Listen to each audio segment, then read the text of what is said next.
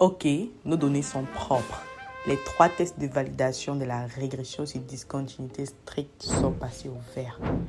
Pas de triche autour du seuil, pas de manipulation. On a le feu vert réglementaire pour estimer notre effet. Mais attention, c'est exactement ici que 90% des économistes et des data scientists font une erreur classique. Si vous balancez votre régression brute maintenant, vos résultats ne vaudront absolument rien. Avant de coder la moindre ligne sur R ou sur Stata, il y a 3 décisions stratégiques qui vont littéralement faire ou défaire vos conclusions. 1. Le piège de la localité. Pourquoi la régression sur discontinuité ne vous donne jamais un effet global et ce que ça change concrètement pour vos conclusions. 2. La guerre des noyaux ou des kernels. Quel modèle mathématique choisir pour pondérer vos données sans biaiser les faits? 3. Le dilemme de la fenêtre d'observation. Faut-il faire confiance aveuglément aux algorithmes automatiques ou imposer votre propre fenêtre contextuelle? Une fois qu'on aura tranché sur ces points, on passe à l'estimation réelle, au test de robustesse et surtout à l'interprétation exacte de ce que disent vos données sans leur faire dire n'importe quoi. Installez-vous confortablement, on code ça tout de suite. Pourquoi la régression sur discontinuité est une méthode locale? On commence avec une question simple. Imaginez, vous avez une base de données avec 8800 enfants, les nourrissons de 2 mois et des grands de 10 ans. À votre avis, est-ce que la régression sur discontinuité va utiliser tous ces enfants pour mesurer l'impact du programme? La réponse est non, absolument pas. Et comprendre pourquoi, c'est capter l'essence même de cette méthode. Visualisez ces enfants, rangés par âge. À gauche, des bébés, à droite, des ados. Maintenant, soyons logiques. Est-ce qu'un bébé de 10 mois et un enfant de 8 ans sont comparables? Bien sûr que non. Leur système immunitaire, leur exposition au paludisme, leur quotidien, tout est différent. Si vous les comparez pour évaluer l'effet de vos moustiquaires, votre étude scientifique s'effondre direct. Vous comparez des pommes et des oranges. Mais maintenant, regardez ici, juste à la frontière, des enfants de 59 mois et un enfant de 61 mois. Là, on a des jumeaux statistiques. Même stade de développement, même vulnérabilité, même environnement. La seule et unique différence entre eux, la loi. L'un a encore droit au programme, l'autre vient d'en perdre. C'est là la magie de la régression sur discontinuité. On ne regarde que la frontière. Plus on s'éloigne, plus c'est biaisé. Plus on se rapproche, plus c'est pur. Le piège du Local Average Treatment Effect. C'est là que l'erreur classique arrive. Parce qu'en faisant ça, vous ne mesurez pas l'effet du programme sur tous les enfants. Vous mesurez ce qu'on appelle en économétrie un effet local. Et en mathématiques, ça ressemble à ça. Pas de panique. Ne coupez pas la vidéo. La formule fait peur, mais l'intuition est ultra simple. L'effet local moyen, c'est juste la moyenne de ce qui se passe juste à droite du seuil, c'est-à-dire ceux qui viennent de perdre l'aide, moins la moyenne de ce qui se passe juste à gauche, ceux qui l'ont encore. Cette marche invisible, cette rupture nette mesurée pile au seuil ou au voisinage du seuil avec un rayon assez faible, c'est votre effet causal. On sait maintenant que la régression sur discontinuité est une méthode locale. On ne garde que les enfants proches de la frontière de 60 mois. Mais posez-vous cette question cruciale. Est-ce que tous les enfants qui restent dans notre loupe doivent peser exactement le même poids dans notre calcul? Voilà. Prenons un enfant de 59 mois, pile au bord du précipice, et un autre de 50 mois, presque un an plus loin. Logiquement, lequel nous donne l'information la plus pure sur ce qui se passe exactement au niveau du seuil? Celui des 59 mois, évidemment. il est le jumeau statistique presque parfait de celui de 61 mois. C'est là qu'intervient le noyau ou le kernel en anglais.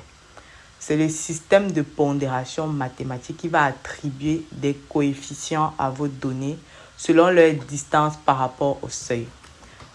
Mathématiquement, la machine minimise cette somme pondérée. Pas de panique devant l'équation. Retenez juste que le K, c'est lui, le bouton de réglage. Plus K est grand, plus l'observation dicte sa loi à l'estimation. Plus K est petit, plus la donnée est ignorée. Dans la boîte à outils du Data Scientist, il y a 3 grandes stratégies pour régler ce bouton. Le noyau uniforme, celui qui est brutal. Lui, géométriquement, c'est un rectangle. C'est l'égalitarisme absolu, mais un peu bête. Qu'un enfant ait 59 mois ou 49 mois, tant qu'il est dans la fenêtre, il a exactement le même poids. Dès qu'il sort de la fenêtre, boum, son poids tombe à 0. Et ceci, ça dépend vraiment des politiques. Le verdict, c'est simple mais ultra brutal. On ignore complètement l'avantage de la proximité quand l'utiliser uniquement si votre échantillon est minuscule et que vous ne pouvez pas vous permettre de sous-pondérer vos rares observations. Le deuxième noyau, c'est le noyau triangulaire et c'est le favori des économistes. Dans la plupart des travaux, vous allez voir l'utilisation de ce noyau-là. Géométriquement, c'est un triangle. Plus on se rapproche de la frontière, plus le poids monte en ligne droite pour atteindre son maximum à 60 mois pile. Plus on s'éloigne vers les bords de la fenêtre, plus le poids s'éteint gentiment jusqu'à 0. Le verdict, c'est le choix royal. La littérature scientifique a prouvé que c'est lui qui minimise le risque d'erreur mathématique, c'est-à-dire l'erreur quadratique moyenne asymptotique, pour des régressions linéaires locales. Mais quand est-ce l'utiliser tout le temps? C'est votre configuration par défaut de toute façon dans les logiciels. Et par la suite, on a le noyau Epachnikov. C'est celui-là qui est chirurgical. Derrière ce nom imprononçable se cache une parabole inversée. Le poids décroît de manière courbe, de façon décroissante. En clair, il survalide ce qui est ultra proche du centre et écrase très vite ce qui s'en éloigne. Le verdict, c'est une parabole très fluide, encore plus agressive que le triangle pour isoler le seuil. Quand l'utiliser, quand vous croulez sous les données de très grands échantillons et que vous voulez vous concentrer sur votre estimation de manière ultra locale.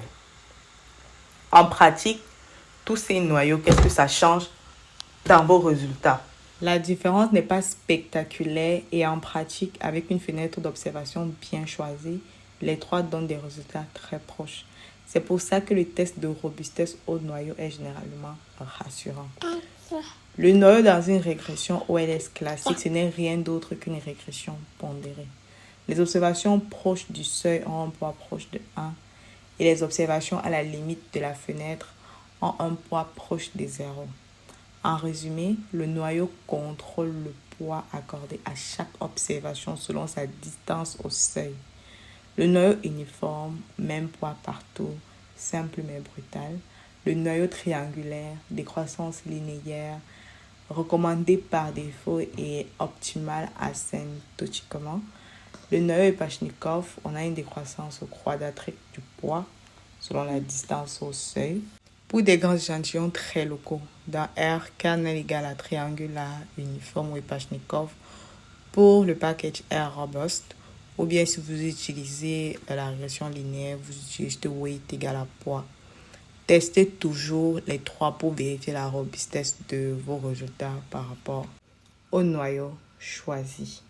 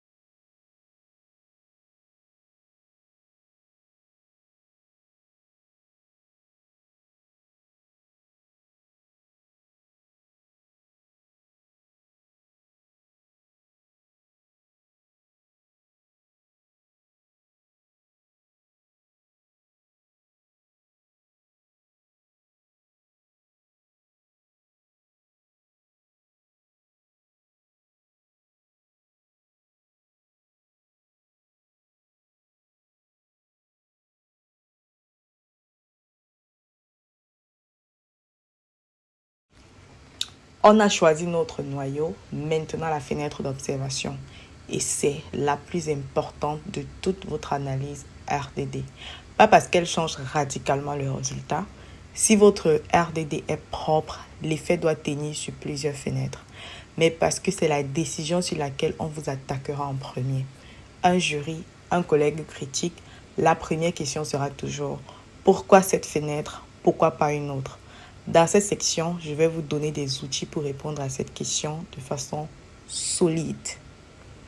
L'arbitrage fondamental, l'arbitrage biais-variance. La fenêtre, c'est un arbitrage permanent entre deux forces opposées.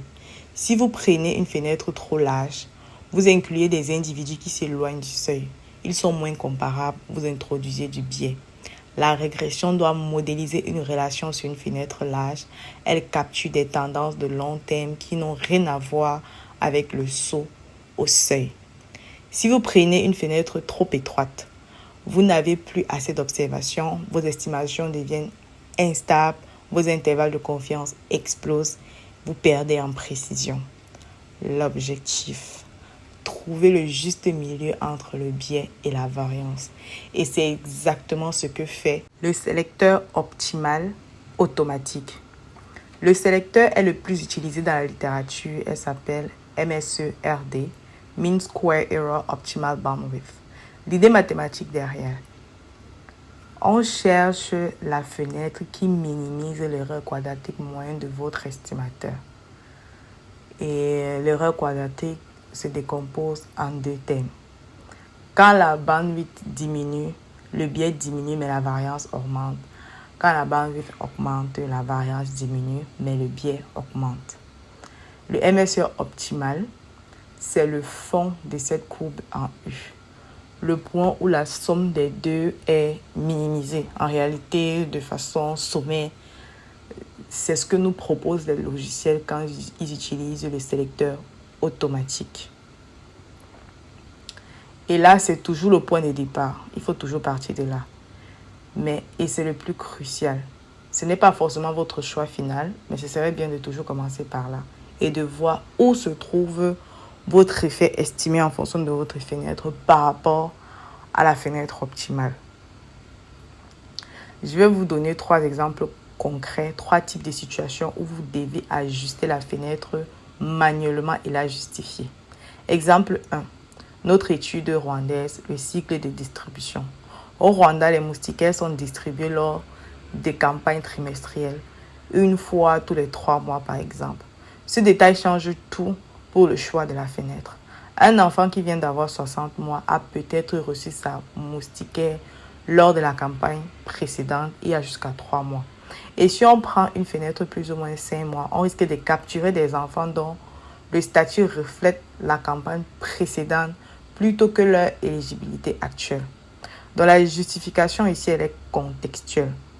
La bandwidth est de 12 mois, garantit qu'on capture au moins un cycle complet de distribution de chaque côté du seuil, tout en restant dans une fenêtre où les individus sont comparables. Ce raisonnement est solide, il est ancré dans une réalité de terrain et il est défendable. Si on prend un exemple une politique scolaire avec le calendrier académique. Imaginez une bourse accordée aux élèves ayant obtenu plus de 12 sur 20 en examen d'entrée. La running variable ici, c'est la note et le seuil est 12. Mais les notes sont discrètes, entières entre 0 et 20. Il y a peu de valeurs uniques autour du seuil. Une fenêtre de plus ou moins 0,5 points. Seulement les élèves de 11,5 de 12,5 seront dans la fenêtre et ça n'existe pas avec les notes entières. Une fenêtre de plus ou moins 3 points, on a des élèves de 9 et 15, c'est raisonnable. La justification reste toujours contextuelle. La nature discrète de la running variable impose une fenêtre d'au moins 3 points, plus ou moins 3 points, pour avoir suffisamment d'observations de part et d'autre de la fenêtre. Donc, même si le sélecteur automatique vous demande de prendre une fenêtre de plus ou moins 0,5, vous pouvez justifier en prenant une fenêtre beaucoup plus large. Ou bien même le sélecteur peut vous proposer une fenêtre beaucoup plus large et vous choisissez une fenêtre beaucoup plus faible. Un exemple 3 avec une politique sociale qui est assez saisonnière.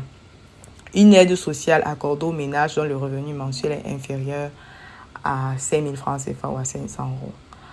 La running variable, c'est le revenu, mais le revenu varie selon les saisons. Certains mois, les travailleurs saisonniers ont des revenus très différents.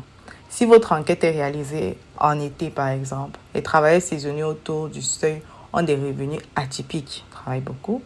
La fenêtre trop large va capturer des ménages dont le revenu habituel est très différent de leur revenu au moment de l'enquête.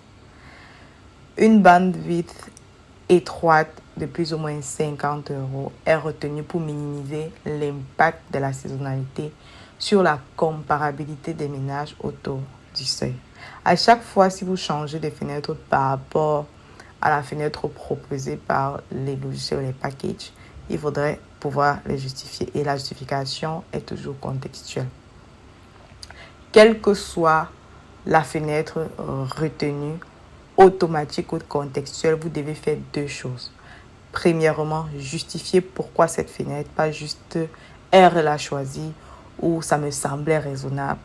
Ancrez votre choix dans la réalité du terrain, le cycle de distribution, la nature de la running variable et la saisonnalité. Deuxièmement, montrez que votre résultat tient sur plusieurs fenêtres.